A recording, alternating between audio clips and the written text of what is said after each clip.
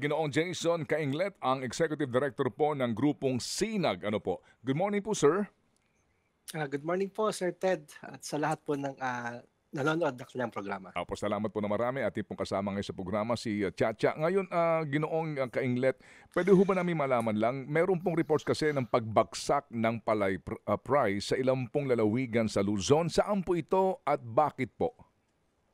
Monitored po natin, Sir Ted, Miss Chacha, for the past 3 weeks, dito po sa Luzon at meron din po sa Visayas. Luzon pa particular, Sir Ted, nakakabigla, Nueva Ecija, Bulacan, Pampanga, Pangasinan, even sa Laguna at Quezon.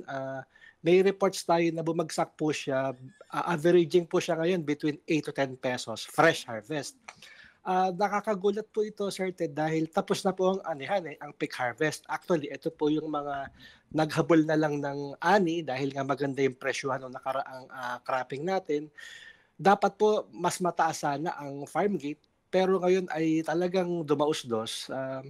We squarely attribute this, Sir Ted, Miss Chacha, dito sa bumabaha po ngayon ang hindi lang po tubig ang bumabaha sa atin, bumabaha po ang murang imported rice, dahil nga po sa 1 year na po this month yung executive order number 62, at yun po talaga ang dahilan dahil would you believe ang landed cost po ng Vietnam rice nasa 24 to 26 pesos na lang.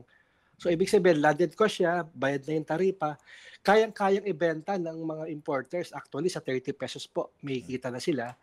At doon nakatingin yung ating mga traders at millers, yung wholesale price po ng bigas sa merkado. Naglalaro lang between 30 to 35 pesos po. Kaya talagang ayaw naman natin sisihin po yung mga millers at traders. Talagang sa mababang presyo nila, bibili lang yung palay kasi kung hindi naman sila nakikita, ba't pa sila bibili ng palay po? Para siyempre negosyo rin po nila yung pamimili ng palay. Opo, sige. So kung ang isa po sa mga factors dito ay yung pong bagsak presyo na imported, ano po? Oo. Yung po bang 20 pesos na kadiwa rice natin, may effect ba sa presyuhan po ng bilihan sa either fresh o kaya clean and dry na palay? Siguro po may perception na talagang kasi ang kung wala po kasing subsidy ang 20 pesos na bigas, ibig sabihin dapat mabibili lamang ang palay dapat farm gate sa 10 pesos.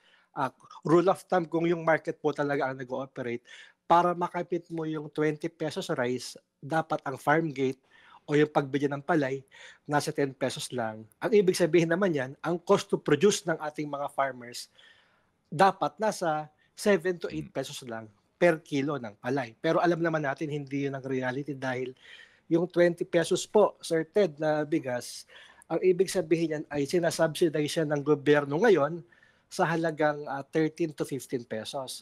Tama naman ang presidente na hindi directly link yung 20 pesos sa bigas sa pagbagsak ng palay dahil binibili naman ng NFA yung binebenta niyang bigas sa 23 pesos per kilo sa ating mga farmers. Ibig sabihin, totoo rin yung sinabi niyang hindi binabarat ng NFA ang farmers at mataas yung bili niya sa 23.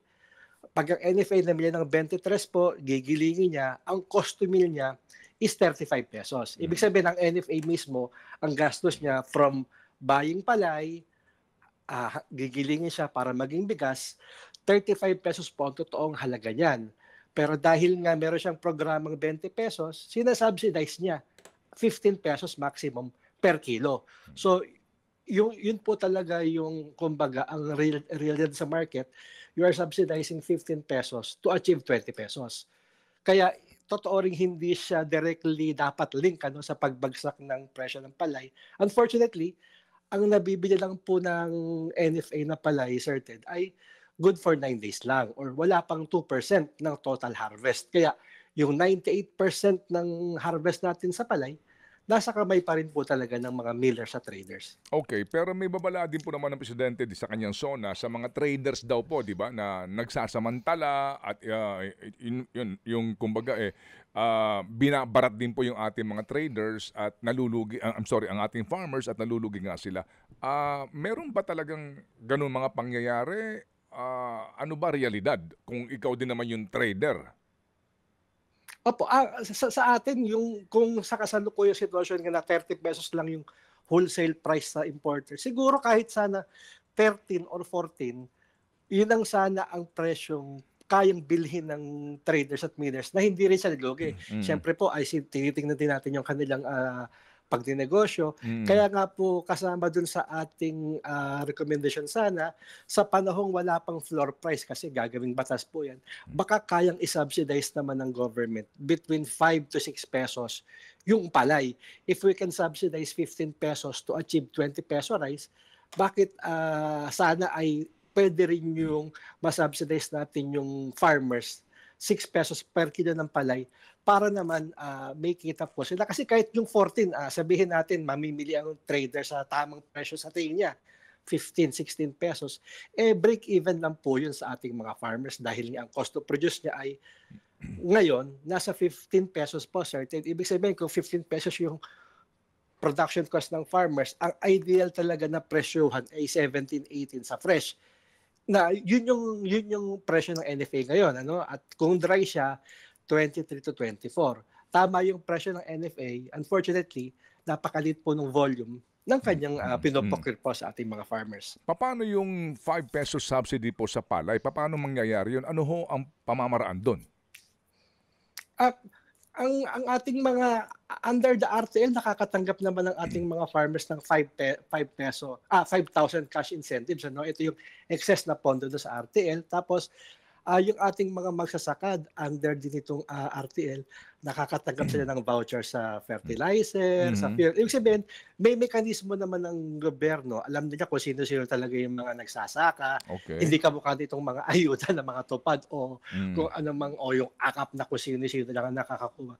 May listahan naman po ano, Opo. ang ating ahensya para tukoy naman nila kung sino itong mga farmers at meron silang mekanismo paano matatanggap ng mga magsasaka etong panukala nating sanang ay palay support price sa panahon ngayon. Okay. So basically po, hindi ito cash, kung hindi ayuda para po sa kanila pong produksyon. Ano po? Basically po, Mr. Kainglet, ano? Ganun po yun. Yung inyo. Kahit po cash sana, certain, mas maganda yung cash para ang farmers, may choice siya kung paano nyo gagamitin.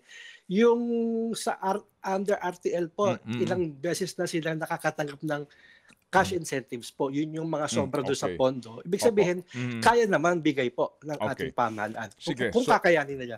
opo, sige. So para ho ilagay sa tamang konteksto itong problema po ng ilang mga palay farmers sa baksak ho na presyo ng bilihan o baratan po sa kanila pong produkto, klaro po na ang effect nito ay doon sa imported rice na baksak presyo din po ngayon. Ano po?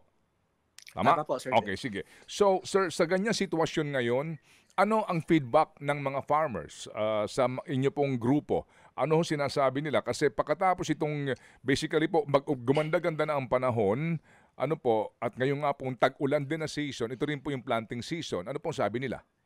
Tama po. Kaya sa atin, certain, crucial po yung etong next 4 to 6 weeks dahil ito po yung paano na magde-decide ang farmers kung magtatanim sila o hindi. Ang medyo nalulungkot tayo, kinakabahan dahil marami ang nagsasabi hindi magtatanim. Yung magtatanim naman, sabi nila, itatanim lang nila yung kanilang consumption o yung kanilang sariling pagkain kasi nga unprecedented ngayon talaga yung sobrang bagsak.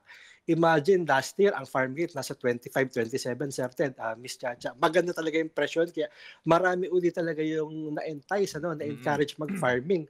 2 croppings natin maganda yung farm gate.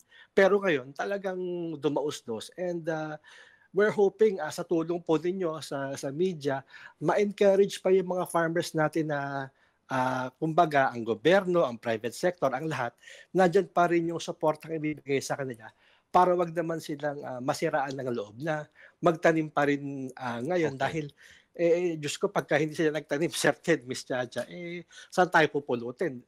Lahat na lang ng ating kinakain ay imported po. Yun po ang ayaw nating mangyari sa next cropping season. Sige po. Okay. Sa mabilis lang pong paliwanag, Sir Jason, mayroong ngayong proposal na amyendahan ang rice tariffication law. Basically po, doon sa function ng NFA, no?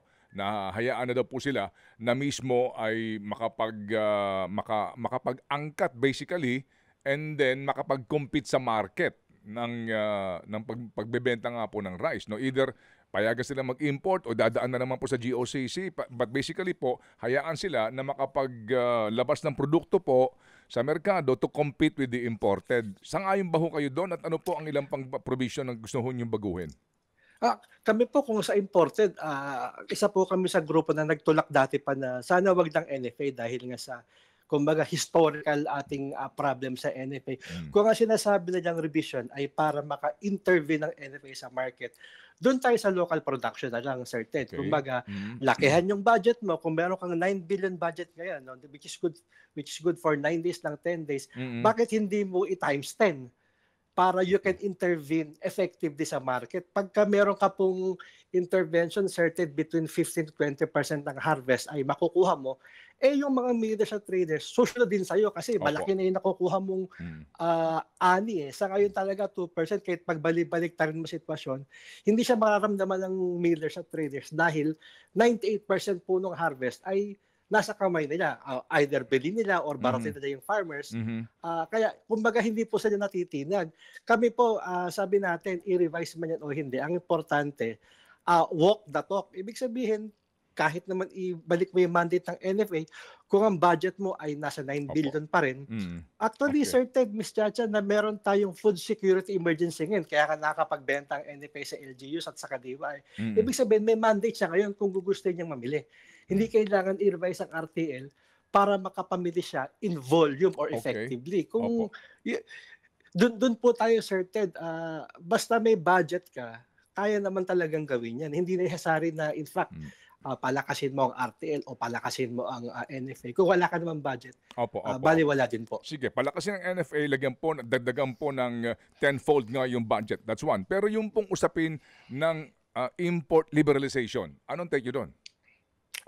Sa ngayon, unfortunately, talagang hindi naman natin mapipigilan yung pag-import. Ibalik lang yung taripa, Sir Ted, sa 35% ASEAN, 50% na ASEAN.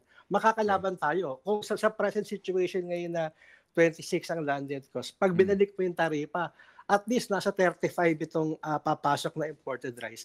Medyo may leeway tayo kahit ang mga millers at traders makikita pwedeng lumaban. Hindi necessary mag-import po ang NFA. Actually, sobra-sobra tayo ng bigas at yun ang dahilan kung bakit bumagsak ang farm gate. Ang kagyat po talaga, certain ngayon, ibalik na yung tarifa dahil napatunayan naman natin hindi yung tariff reduction ang nagpababa po ng presyo ng bigas. Yung global situation, certain last year ang imported rice nag-peak siya at $640 per metric tons. Ngayon po bumagsak siya at 350, 340. So talagang babagsak po yung presyo ng bigas sa pandaigdigang pamilyan. And that because we imposed the tariff reduction sa bigas at 15%. Opo. So ibig sabihin nga po, kapag mas mataas na yung taripa sa imported rice, hindi makapagbabagsak presyo din po itong mga local traders natin, kaya hindi rin po babagsak ang presyo ng local rice. Ganun po ang logic doon. Tama po, Sir Ted. Kaya yun po ang kagat nating request talaga na we would have sana na narinig siya sa SONA nung Lunes, pero nandyan na yan. We're still pushing at nakikinig naman, lagi naman natin kausap si Secretary Laurel, and I know he is on our side. Ang problema, again, pagbalikan natin yung how the government operates. Nasa economic team yung decision and hopefully this time, nakita yung sitwasyon, nakita yung reality, ay action naman po kagad kasi hindi ko alam kung paano nila hindi matatanggap ang sitwasyon ay critical kung wala nang magtanim na farmers sa parating na cropping season po. Okay, sige po. So, Chia, meron bang karagdagang katanungan? So, Sir Jason, yun lang po, no? Kung ang inyo pong paliwanag ay napakasimple, naunawaan kayo ng DA Secretary, bakit executive decision ito, bakit ayaw pa rin sundin mismo ng presidente itong gustong mangyari po ng DA Secretary? Marami pong factors, marami ring bumubulong sa presidente, marami rin nagsasabi. We're just hoping, accepted ngayon, ay mas maging malakas yung boses ng local producers, katuwang si Secretary Laurel. Okay, sige po. So siguro, baka kasi nga doon sa kanya pangako na 20 pesos na bigas, no? Per kilo na hindi masyado mataas ang presyuhan, hindi na bali ang farmers, importante po yung consumers, parang ganun. Opo, Sir Ted, ang sinasabi lagi natin, false choice eh. Hindi mo naman dapat pinagbabangga Mhm. yung interest ng consumer at Okay. interest ng farmer. Dapat Opo. sabayan, dapat pareho yan eh. Mm. Kung meron tayong eagerness at kumbaga yung zest, yung energy para pababain ng presyo ng bigas, Opo. sana ganun din yung ating kumbaga energy doon naman sa pagpoprotekta ng interest ng farmers. Tama yung sinabi ng presidente, kaya lang medyo kulang yung sinasabi niya. Hindi sila binabarat sa 20 pesos. Totoo yun. Kaya lang, sa pangkalahatang larawan, napakalit lang kasi nung kinukuha niyang palay sa farmers. Basically, Opo. ito po ay nasa kamay pa rin ng mga private sector. Okay, sige po. Salamat po ng marami sa inyo pong paliwanag, Sir Jason. Mabuhay. Salamat po, Sir Ted, Ms. Chacha, at sa lahat po ng nanonood na kanyang programa. Thank you. Si Ginoong Jason Kainglet po ang Executive Director po ng grupong Sinag